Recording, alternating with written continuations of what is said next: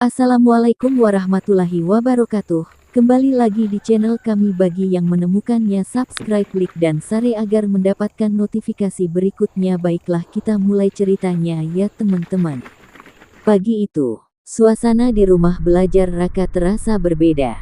Halaman yang dulu hanya tanah sederhana, kini mulai dipenuhi aktivitas. Beberapa tukang sedang bekerja. Suara palu terdengar bersahutan. Anak-anak masih belajar seperti biasa. Namun di sudut lain, beberapa orang sedang mengukur ruangan baru. Pak Fauzan berdiri diam memandangi semuanya. Kadang ia masih sulit percaya. Tempat kecil yang dulu hampir tutup karena kekurangan biaya, kini perlahan berubah menjadi sesuatu yang jauh lebih besar.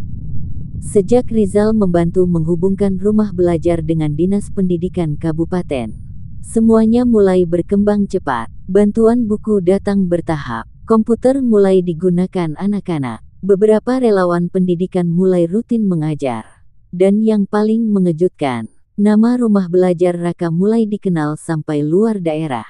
Banyak orang datang berkunjung, ada mahasiswa, ada komunitas pendidikan, ada guru-guru muda yang ingin belajar cara mengajar dengan hati. Bahkan beberapa media lokal mulai meliput kisah tempat itu. Namun di tengah semua perkembangan itu, Pak Fauzan tetap seperti dulu. Masih memakai sandal sederhana.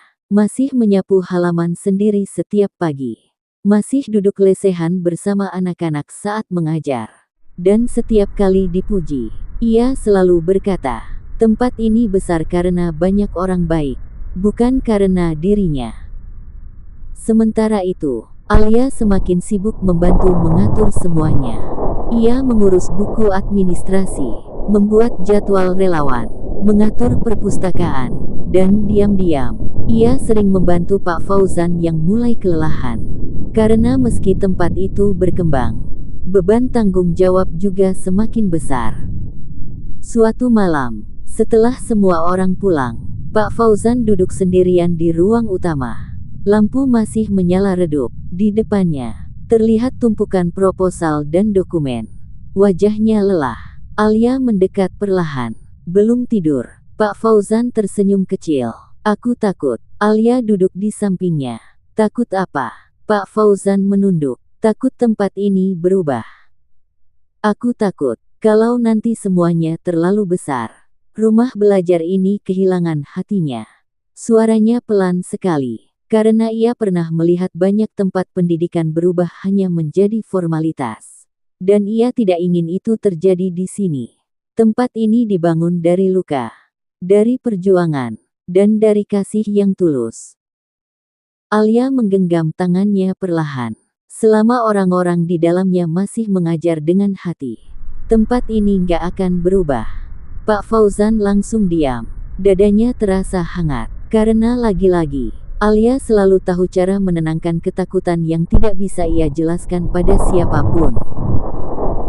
Beberapa minggu kemudian, Rizal datang membawa kabar penting.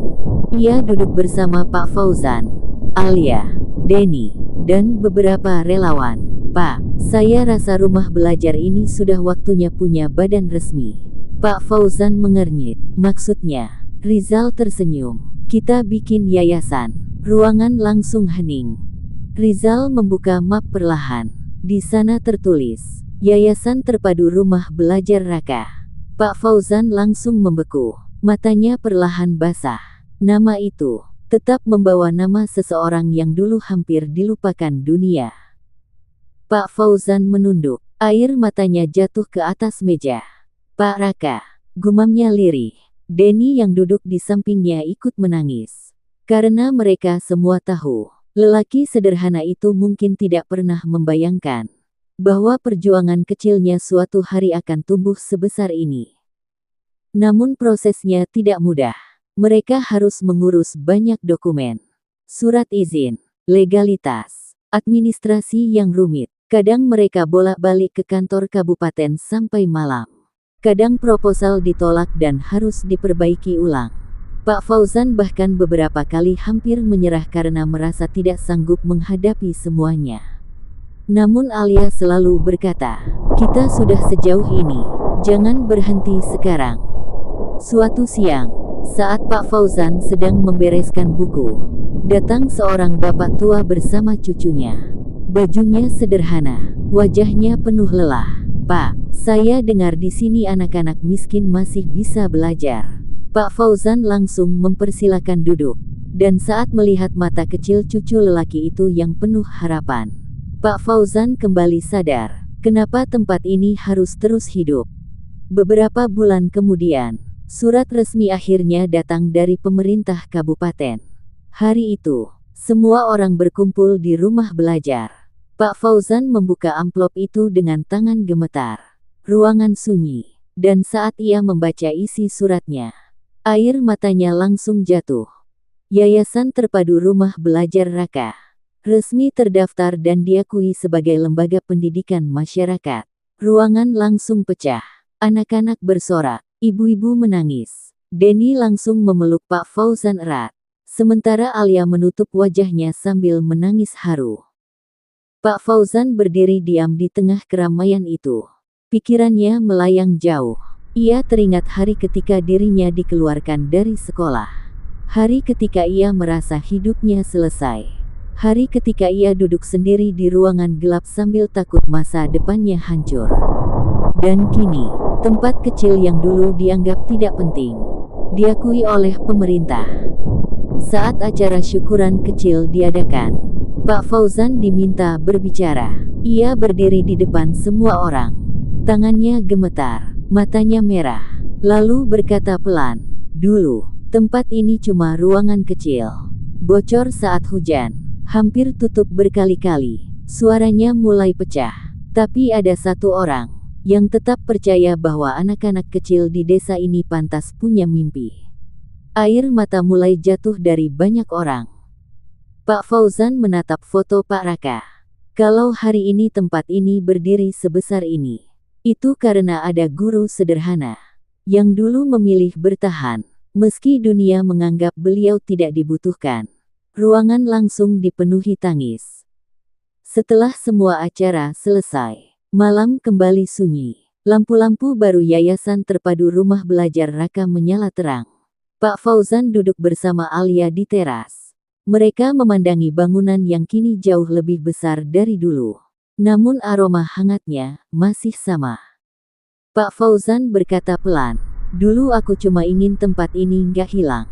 Tapi sekarang, tempat ini malah jadi rumah bagi banyak orang." Alia tersenyum sambil menggenggam tangannya. Karena ketulusan memang gak pernah benar-benar mati. Sebelum tidur, Pak Fauzan berdiri di depan foto Pak Raka seperti biasa.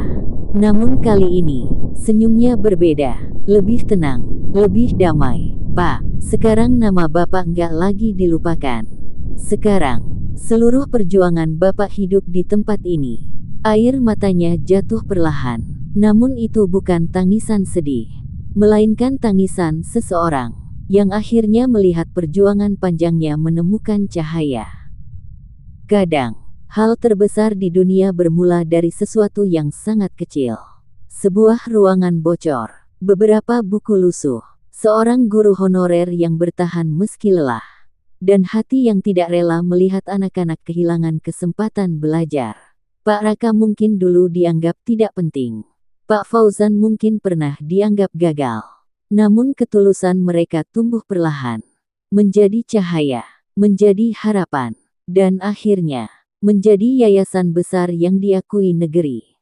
Karena pada akhirnya, kebaikan yang dilakukan dengan ikhlas, mungkin berjalan lambat, tetapi tidak akan pernah benar-benar hilang.